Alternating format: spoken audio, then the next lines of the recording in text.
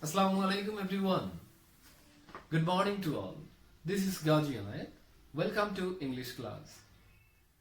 Dear students, I have already discussed about the question patterns or contents of English first paper.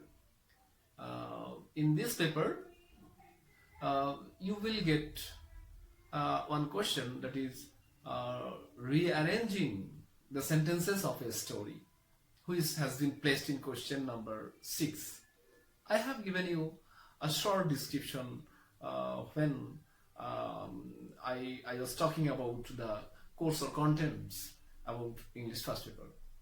But today I would like to discuss about this question, specifically rearranging sentences of a story. How to rearrange, how to represent, or how to present on answer script this question, dear students.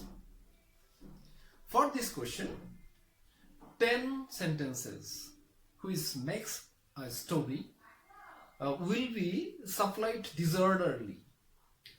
First of all, you have to guess the sense or sequence of the story and then rearrange them in a story. You need not write the story in full or write the sentences.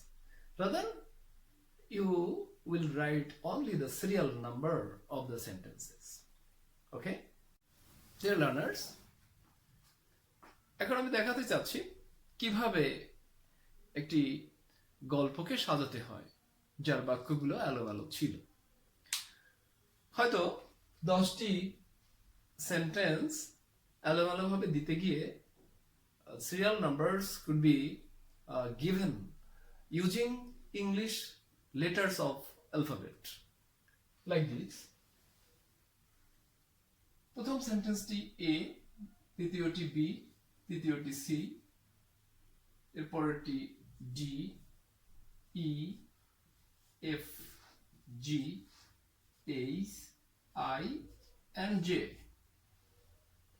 এখানে 10টি সেন্টেন্সের serial number দেয়া রয়েছে যেগুলো which makes a complete sense of a story. তোমাদেরকে এই 10টি এলোমেলো সেন্টেন্সকে সাজিয়ে একটি স্টোরি তৈরি করতে হবে। সেক্ষেত্রে বেশ there arises a great controversy among our teachers or experts. I would like to make it clear to all যে আমরা যখন প্রথম এই কোশ্চেনটি নিয়ে বোর্ডে বেশ তুমুল বিতর্কের সম্মুখীন হই, তখন আনসার পদ্ধতি নিয়ে বিভিন্ন মতামত এসেছিল। আলটিমেটলি একটি সিদ্ধান্তে সবাই উপনীত হতে পারি, যেটি এখনো অনেক শিক্ষকদের কাছে, সে পুরানো হোক আর নতুন তো অবশ্যই, সেটি এখনো বেশ একটু নড়বড়ে অবস্থায় রয়েছে। সেটি হচ্ছে এই বাক্যগুলোকে আসলে communicative system demands only the answer. It doesn't need any elaborate description of any question. So from this perspective, এই কোশ্চেনটির আনসার শুধু সিরিয়াল নাম্বারটি প্লাস করে or one by one লিখে দিলেই আমরা ধরে নেব যে উত্তরটি কারেক্ট। এখানে একটা বিতর্ক রয়েছে। কেউ কেউ হয়তো বলে থাকবেন যে সেন্টেন্সগুলোকে লিখতে হবে একটি কন্টিনিউয়াস প্যারাগ্রাফে। খুব সিরিয়াসলি বলে থাকেন, এমনকি কলেজে স্টুডেন্টদের সাথে এটা নিয়ে বেশ প্রেশারাইজ করেন যে ওটা না লিখলে নাম্বার দেওয়া হবে না।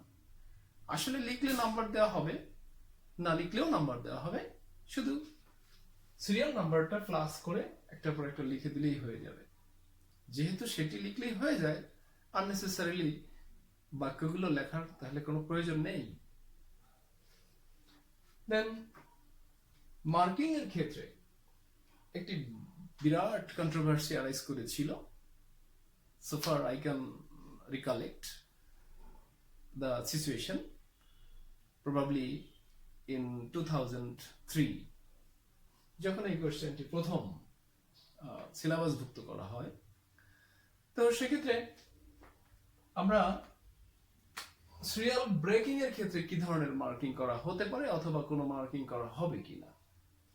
তো যদি মনে করি সিরিয়ালটি হয় এরকম D plus A plus F plus J plus I plus C dot dot dot dot. তো সেক্ষেত্রে হয়তো সবগুলো সঠিক হয়ে গেল, দেন the candidate or examinee will get full marks, that is 10. কিন্তু যদি কোথাও কোনো ভুল ত্রুটি হয়ে থাকে, যেমন কোন স্টুডেন্ট আর পরীক্ষার্থী যদি প্রথমটি ভুল করে থাকে, যেটি এখানে প্লেস করার কথা ছিল না, D should be placed at the position of 5 or anything else, তো সেক্ষেত্রে এটি কাটা যাবে, প্রথম সেন্টেন্সটি কাটা যাবে গল্পটির। তো সেক্ষেত্রে সবচেয়ে বড় বিতর্ক ছিল সেই সময়ে 2003, প্রবাবলি 2003 or 2004। তো সেক্ষেত্রে বিতর্কটি ছিল যে গল্পটি শুরুতেই যদি তার ট্র্যাক হারিয়ে ফেলে, ইট ইজ মিনিংলেস। কথাটি অবশ্যই সত্য, কিন্তু আমরা তখন সম্পূর্ণরূপে স্টুডেন্টদের পক্ষে গিয়ে বোর্ড অথরিটিকে নিয়ে, কন্ট্রোলার চেয়ারম্যান সবার সম্মতি নিয়ে এটাই সিদ্ধান্ত নিয়েছিলাম, যেটি ভুল হবে সেই বাক্যর পজিশন অনুযায়ী সেটি কাটা যাবে, পজিশন অনুযায়ী যেটি ঠিক থাকবে সেটিতে টিক হবে, যেখানে সঠিক থাকবে পজিশন অনুযায়ী সেটিতে টিক দেওয়া হবে, যেটি ভুল হবে পজিশন মিস করবে সেটিতে কাটা দেওয়া হবে।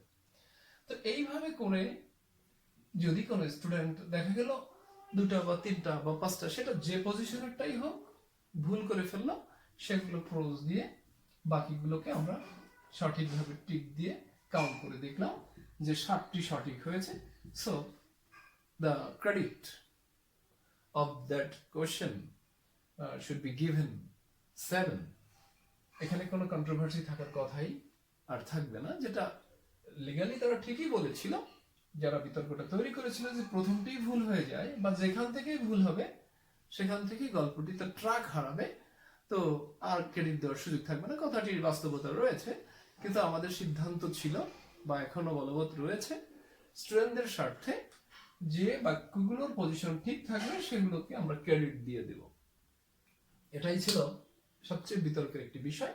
এখানে বিতর্ক ছিল দুটি, যে সেন্টেন্সগুলোকে ফুল লেন্থ লিখতে হবে, আবার বিতর্ক কেউ বিপক্ষে বক্তব্য দিয়েছি আমরা যে লেখার কোনো প্রয়োজন নেই, লিখলে নম্বর দেওয়া হবে না তাও না, আর না লিখলেও নম্বর দেওয়া হবে না তাও না, লিখলেও নম্বর দেবো না লিখলেও নম্বর দেবো, শুধু সিরিয়াল নাম্বারটি লিখলেই হয়ে যাবে। তো সেক্ষেত্রে বাস্তবতার নিরিখে শুধু সিরিয়াল নাম্বারটি লেখাই বেটার, আই থিঙ্ক। তো এই প্রেজেন্টেশনের জন্য আরো একটু মাধুর্যপূর্ণ হবে, সুন্দর হবে, পরীক্ষকের জন্য একটু সহজ কাজ হয়ে যাবে যদি সেটাকে এভাবে প্লেস করা হয়।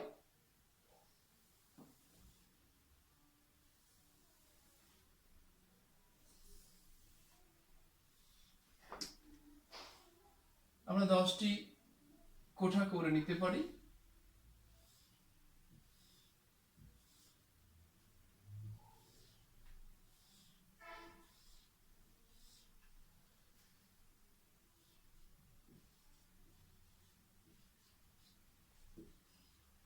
Six, 7, 8, 9 and 10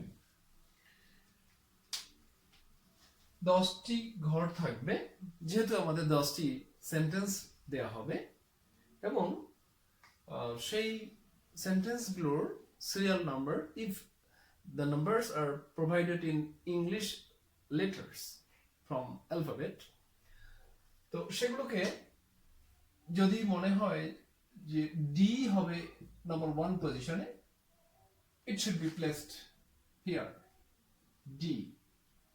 আর যদি মনে হয় জে সেকেন্ড পজিশনে, then J should be placed here। যদি মনে হয় এইচ থার্ড পজিশনে, দেন এইচ এখানে লিখতে হবে। যদি মনে হয় এ ফার্স্ট ফোর্থ পজিশনে যাবে, দেন এ এখানে প্লেস করতে হবে। এইভাবে এখানে ই, এখানে সি, এখানে বি, এখানে এফ, এখানে আই, এখানে জি, হয়ে গেল 10টি সেন্টেন্সের প্লেসিং। তো এভাবে এতটুকু লেখাই যথেষ্ট, এর চেয়ে বেশি লেখার কোনো প্রয়োজন নেই।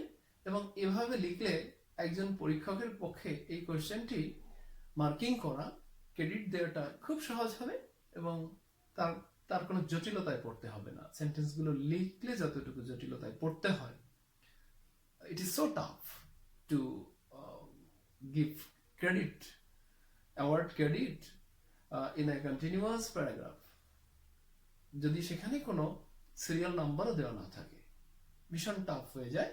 সে কারণে আমি মনে করি এই পদ্ধতি ব্যবহার করাটাই হচ্ছে উত্তম। ডিয়ার লার্নার্স, আশা করি কোনো রকম বিতর্কে না থেকে বিতর্কের ঊর্ধ্বে গিয়ে এই সহজ পদ্ধতিটাকে ফলো করবে। এটি নিয়ে কোনো বিভ্রান্তির কারণ নেই। বিভিন্ন শিক্ষকের বিভিন্ন মতামত থাকলেও আশা করি এটা তোমাদের জন্য ভালোই হবে। এভাবেই তোমরা এই প্রশ্নটির উত্তর দিবে। Thank you everybody, thank you all.